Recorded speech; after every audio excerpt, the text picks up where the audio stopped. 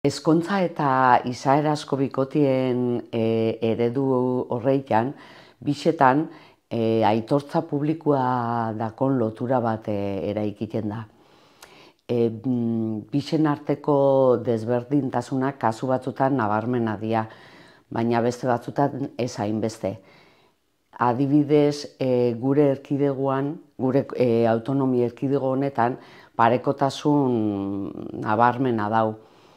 Gauzia da, ezkontza mailan, ezkontzaren araudia bat bakarra da estatu mailan, eta oso ezaguna da, eta interpretazio maila be oso landuta eta oso ezaguna.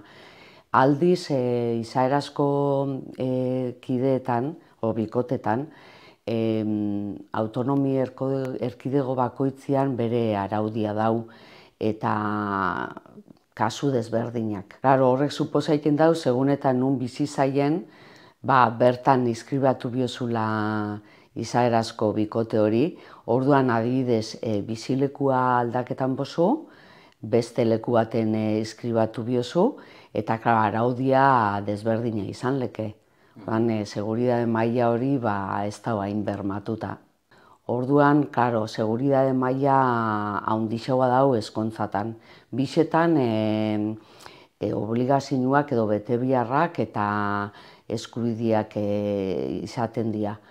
Desberdintasunak arlo fiskalian, arlo laboralian, pentsinuetan, krisialdiko gestinuetan baita, horreikan egoten dira oinordeko eskubideetan baita. Gure kasuan lehen esan dotzueten moduan nahiko parekatuta dauz.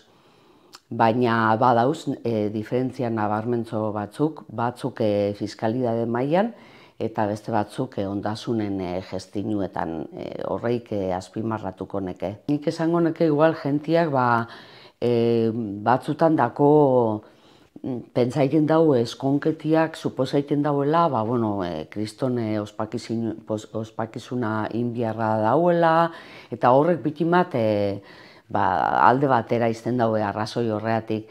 Eta gero bai egisa dena prozedura, azkarraua da izaerazko bikotia itiaskuan, ez?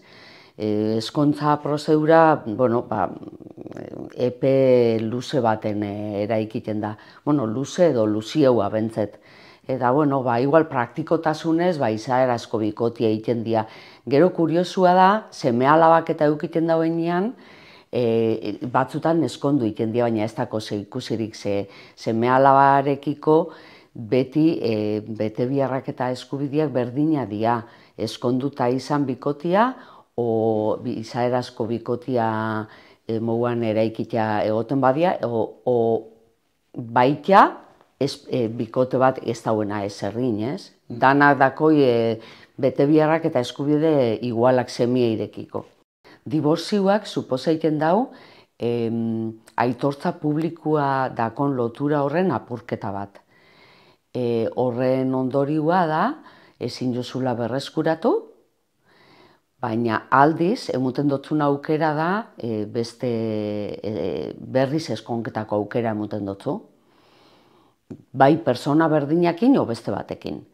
Banantze prozedura aukeraketan bozu, horrek suposaiten dau loturaren etetia, suspensio bat, etetia, eta aukera emuten dotzu, bananketa prozesu horrek aukera emuten dotzu berreskuraketako binkulo ero lotura hori, baina aldiz ez dotzu izten ezkontza barri bat iten. Legi aldatu inzan, arau aldatu inzan, eta ia emuten dotzu aukeria zuzenian dibortziora joateko.